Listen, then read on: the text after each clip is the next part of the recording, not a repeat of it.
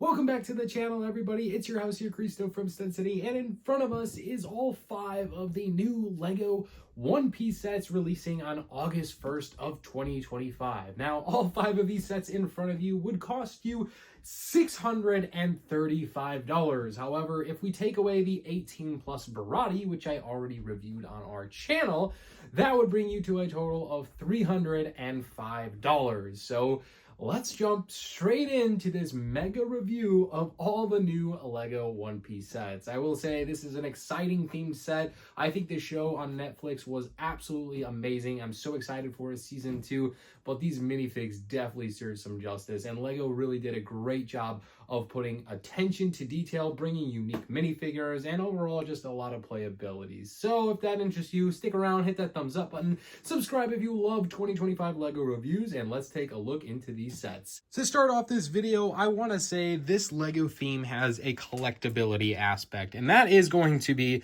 these beautiful 8 wanted posters featuring Monkey D. Luffy at 30 million, Dracula Mihawk at canceled, Arlong for 20 million, Buggy for 15 million, Gold Roger with a price unknown, Alvida at 5 million, Kuro at 16 million, and Don Craig at 17 million.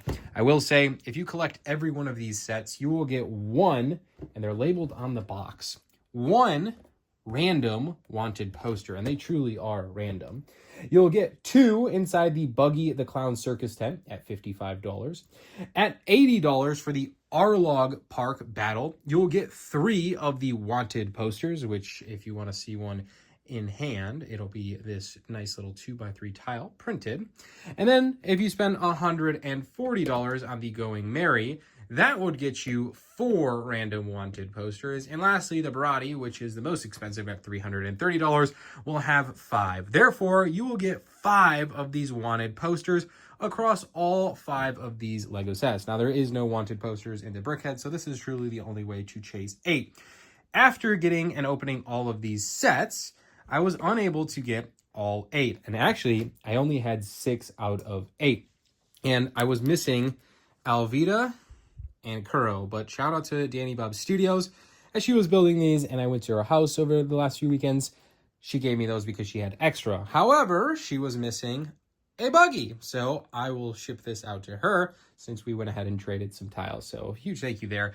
But it just goes to show the collectability that there truly is some random wanted posters in all of these sets, and I think that's going to be quite the chase if you plan on collecting these. Starting off with the cheapest LEGO set of the bunch, we have the Windmill Village Hut. The set comes with 299 pieces and is going to feature 3 minifigures, all for the price tag of $30. Minifigure number 1 is going to be Makino, who comes with a dress piece, a torso, a face print, and green hair. Next up, we have Shanks, who comes with his cape and a sword. Nice hat, that Monkey D. Luffy, which is actually the only version of Monkey D. Luffy we will see as a kid in his anchor shirt that is printed. He actually has 2 expressions on his face with his black hair. He's also holding a hat. One is smiling and the other one is crying because, well, when Shanks goes away. And I guess he does get his straw hat to carry on. He also has his fruit that allows him to get stretchy arms, which we will see in a future LEGO set in today's video. For $30, this set's actually really nice. I feel like if it was a different IP licensed LEGO theme, this set would probably cost more, but it has a removable roof for the little hut, and inside is filled with a bunch of little details, and overall just a nice simple build of a village hut. There's, again, many bar-style details as we saw similar in the show. There's also this little dock here with like a surfboard here in the background with some sticker elements on it, and of course you get a molded boat to go along with it. So pretty simple and straightforward. If you go ahead and rotate the build around, you'll see a nice little yellow crab and our first and single wanted poster for this set. In this case, mine came with a Gold Roger poster. And then if you go ahead and take a look at the back, you have like see-through windows, and finally on the far side we have a palm tree with only 2 leaves. This set is truly a play scale variation of a set, and for $30 I feel like it's well worth the price tag it comes in. Moving up the price tag ladder, we have our next set here, which is Buggy the Clown Circus tent with 573 pieces, for a price tag of $55.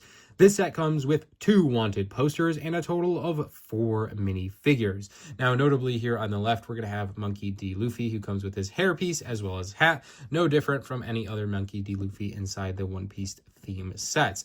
Next character is going to be exclusive, and this is going to be Buggy the Clown. And Lego did a really good job with this minifigure. It's actually probably one of my favorite minifigures, maybe from the exception of Mihawk that comes inside the Baratie, but for $55, a minifig this looking this good is an absolute win. The next character here comes on this spinning wheel, which we also saw inside the Netflix show, and it's going to be Zoro. Now, this Zoro also comes inside the Baratie as well, so he's not exclusive in any way or form. He does, however, come with his swords, as well as his third sword that goes in his mouthpiece. That overall I think is a great detail and exclusively for the One Piece theme. And then of course the last character here is going to be Nami, and she's breaking out of her cage, similar to what we've seen in the Buggy the Clown episode when they chased down that wanted poster. I think this set price is a higher price tag, probably because of all the play features that it has. Like, it has this scene here where I think Monkey D. Luffy broke out of the water scene and was caged in here drowning, so that's pretty cool. I guess a nice little play feature, but even has little details on the background. If we go ahead and move some of this to the side, the actual tent here, I feel like this set, in my opinion, would have been really cool if we got a way bigger scale one, and maybe a box to like cut up Buggy and put his insides in here, similar to what we saw in the show. But I guess you can't get it all right. It has quite a few seats. You have 8 seats for the main event, which again would be Monkey D. Luffy and his team getting sorted out by Buggy. Now, if you go ahead and rotate it around, there are sticker elements here that says Buggy Pirates, and that's his entrance to the tent. And in this case, you do get 2 printed wanted posters. In my case, I got Don Craig ×2. You will get the Buggy the Pirate logo here on top. That is going to be just a sticker element. And aside from that, I think the coolest part about the build structure is going to be the Buggy the Clown, his headpiece. I think that's really cool. A lot of sticker elements to make that up, but I don't want to take that away. It's a really cool build and adds so much good detail to this build. Our next Lego set we'll look at is going to be Battle at Arlo Park. The set comes with 926 pieces for an $80 price tag, which is pretty good for price per piece ratio. Inside, you are going to find 3 wanted posters and a total of 5 minifigures. One exclusively will be Monkey D. Luffy with his stretchy arms. The only thing exclusive about him is his stretchy arms. You also get Usopp here, which is coming with an exclusive torso there and a different bean cap. His is going to be green in this variation versus the pink one we see in the Baratie, as well as the Going Merry pirate ship. Also exclusive in this set is going to be Nami, and it's not even just her torso that is exclusive. Her expressions, which are crying, and then if you go ahead and go to the back, he has a smile here. That is an exclusive face piece here of Nami with her expressions as we took us through the show as she saved up all her life fortune to buy her hometown in Arlo Park, and then of course Arlong taking advantage and keeping those funds. A lot of distraught there, but really cool minifig to add to this one. Then of course our main villain here is going to be Arlong himself, which I think Lego did an absolutely great job. I mean, look at the shark fin on that minifig. This is so cool. And then the last character inside this one is going to be Chew, and she's actually in a little section over here with a brick-built snail. That's pretty cool. And a little canopy here having a drink. Usopp is in a little section in the woods with a tree going down. We next have the shooting gallery, which features this brick-built cannon, and it has a stud shooter. If you go ahead and boom, shoot it, I hit it on my first try. Nice little play feature. And if we do it again, oh yeah, back to back, Christo's on fire.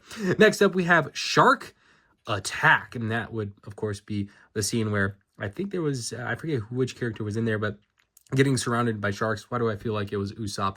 But those are 3 little side builds that are included in this set. I technically 4 there with the one with Usopp, and that's going to be the Arlo Park whole entire tower. I mean, this is an absolutely beautiful building. Really good style of build to this one. I don't know if you noticed the top flag there on the actual peak. This one is going to be like the shark fin there being Arlong himself. I mean, that is really cool. You also have a wanted poster right there. It looks like we have Mihawk, which is canceled because he kind of, saved the day, right?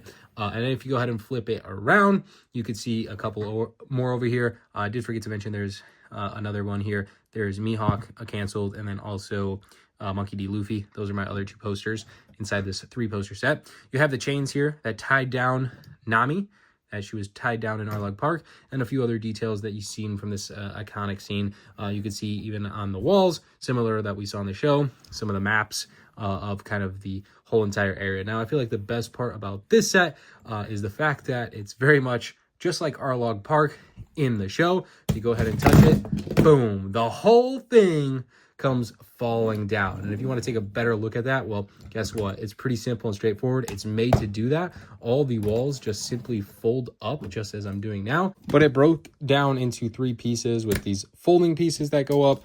This whole section right here is literally just held together by one little hinge plate, and it kind of just clicks into like one single stud to be like extremely sensitive. That way you can enjoy the play feature. And then finally, the last piece here is literally just on a couple different hinge places that stays pretty loose and just kind of rests on top there. So pretty simple and straightforward, really cool play feature for the $80 price tag that comes with it. And all in all, I guess if you really think about it, $80 for a IP One Piece theme set, 5 minifigures, 3 wanted posters, I feel like this price tag is pretty fair. Although I do think the side builds are pretty neat and unique, I feel like having this many side builds would have much personally rather been spent in an additional minifig and maybe a little bit bigger Arlo Park building. The next Lego set we'll take a look at will be the Baratie floating restaurant. Now, I have a full review video here on this channel, so I won't go into detail on it, but it costs $330, comes with 10 minifigures, and truly is an impressive one. I think my favorite minifig is going to be that Mihawk there,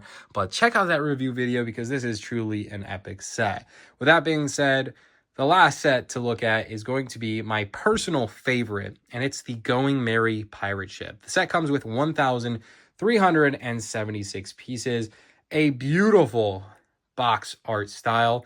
Man, do I wish we got this box art in the Baratie in the 18+ line set, but we did not. So anyways, this one's going to cost $140. It's going to come with 4 wanted posters and a total of 5 minifigures, basically our entire crew. Just like the other sets, we get Monkey D. Luffy, who is no different than we've seen before. You also notice our good old friend Zoro, who's got a sword in his face. He's actually exclusive to this set, and what's exclusive is that torso, so different and unique to this one. We also get Sanji, who is, again, exclusive in this set. Well, at least in this variation. We do get one inside the Baratie, but he's in his restaurant serving gear.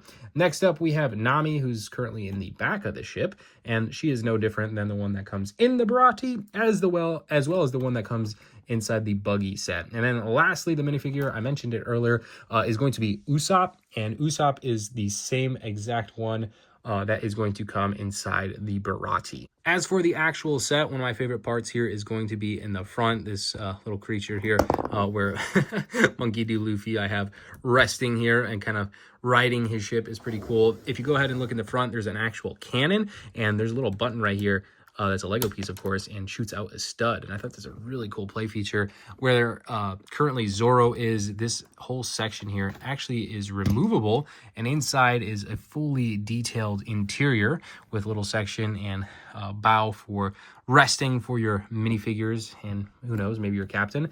Next up, where Usopp is currently, we have a whole entire removable section. Inside that section is going to be a spot to place some goods, and there's a bunch of food and stuff. In my case, I have wanted posters right now, including Buggy. We have Arlong. We had a second Buggy, the one that I'm going to send to Danny. And then lastly, we have Mihawk. So those are my random posters. Something else to notice here is going to be the sails. These are not cloth. They're actually like a plastic feel to them. Same thing with the ones on top, the pirate logo. Same thing on this side, and then same thing with this big red one here in the back. So pretty cool, pretty straightforward, looks really good. I think it's really well established. Something that I don't think was 100% needed here was these like green leaves here in the back that I think look really, really good. Sorry, I'm breaking this part apart because this whole section right here, where the green trees are, is removable, and it's actually a fully detailed interior.